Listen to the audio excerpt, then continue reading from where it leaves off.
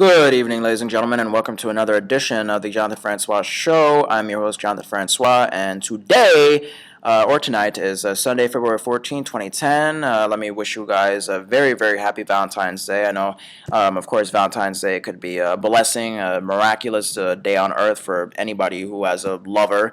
And it's, of course, notoriously for people without lovers and single and, about or just depressed from being single. I know it could be a very, equivalent day to, basically hell.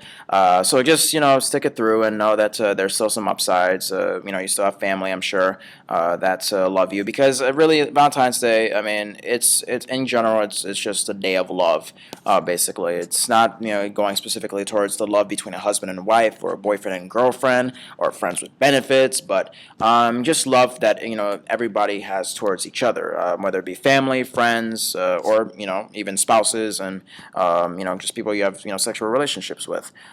So yeah, I mean, in that case, I mean, don't feel so down the dumps, about oh yeah, I'm single and I don't got nobody right now, so Valentine's Day is quite a bitch for me. No, because you still have family, and believe it or not, they love you. And as long as Valentine's Day is just about love in general, celebrate it with your family, and like let them know how much you love them. Let them know how much they love you. I mean, all that stuff. It goes vice versa, both ways. And also, the upside is you get a lot of candy. Valentine's Day lollipops, very good. The heart-shaped ones, which taste like I don't know, a mix of cherry and pinkish stuff, or maybe strawberry. I don't know. But it's very sweet and delicious. However, those of you who has a little bit of an addicting chocolate tooth or chocolate appetite, of course, the notorious heart-shaped box of chocolates. That's what you can do. I mean, yeah, it's most likely you would want to give that to your lover along with like a cute stuffed animal bear. But in this case, I mean, I don't know. For those of you people, of course, you're depressed and you'd like to eat to cure your depression. There you go. In case if you're alone on Valentine's Day and you just you want to overcome that depression of being alone. Yeah, just eat some chocolates and eat it until you I don't know get diarrhea and get back to me and let me know how it goes. But yeah. But as for my day, obviously, I don't, I'm not, afraid to say that I'm single, and I have been for a while. Not really one of those people that are like desperately looking for a committed relationship, serious stuff, because I got too much going on with college classes and extracurricular activities and all that stuff. So I actually did make the most of my Valentine's Day, other than making it full and blossoming with all this cheesy, sappy soap opera-ish love.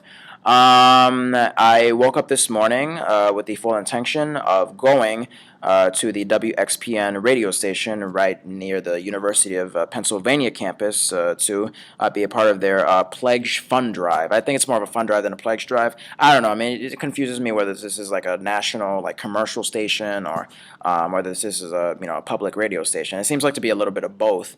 I don't know. That's what that's what it seems. Well, I think it's a commercial station because they actually do play commercials as far as public radio, where it's mostly all talk and whatever breaks they have. It's usually for pledge drives to say, oh yeah, call us up at 1-800 to make this donation. But yeah, that was pretty much what it was like. In the fund drive. First of all, I didn't know it was going to be as far as it was.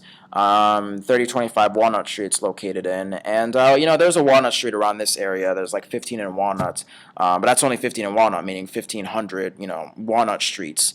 And you're talking about 3025, in other words 3,025. So that's much farther away. So Walnut Street, of course, in essence, is a very, very ginormous street that needs to be recognized that way.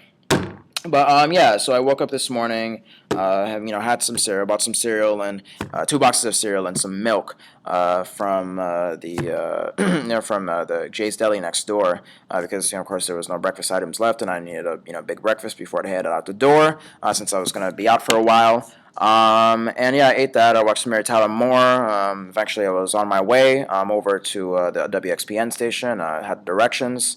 Yeah, I mean, I left it like around 10:05, 10:06ish, like just a little bit after 10 in the morning. I knew I had to be there like 30 minutes before because I missed a training session. Like, what it was last week, I was supposed to come in for a training session, and I could have, but I just felt a little lazy. I don't know, being attentive about waking up at this time or that time on a Saturday morning. I was just like, no, fuck it, Saturday morning. I want to sleep in like a baby. I want to worry about that crap. And yeah, so as a result, I was just like, no, fuck it. We're gonna have to cancel Saturday, and I'll just come in on Sunday. Now, I thought at the time that my first official session would be the day after the training session, but it turns out it was like a week or two later after the training session. So I was like, oh, okay, yeah, I didn't really pay attention, much to the dates as I did to the actual days of the weekend. So yeah, I mean, of course, yeah, it was enough that I already let him down, saying that I wouldn't be able to make the training session. So at least make the official legit fun drive today. And plus, yeah, I mean, I've done this before. It's very similar to the WHYY experience that I've had that I had like about 1 or 2 weeks ago. On a Friday. They use the same technology. Connecticut seems like, as far as I know, the only one I'd see very traditional and very old-fashioned, where you actually have a legit phone in front of you, and whatever thing that needs to be recorded from the caller's information about their name and address, and just how all this stuff needs to be done in order for them to make their pledge. It's all written down on paper. So everything was traditional, old-fashioned, straight up back in Connecticut. And Philadelphia, it's a whole different experience. That's very updated, very 2010ish. Because you have the computers, you got technology, you got the headphones, that generates this whole phone system deal, and all of the pledge forms, of course, are on the computer. All you have to do is just type in this and type in that. Everything just comes at a click of a button. It's ridiculous how how remarkably different and just like I said, 2010ish it is over here with their pledge drives. But nonetheless, it was very, very, very interesting. Like I said, 30 for 25 Walnut Street seemed to be so far where I practically reached the highway.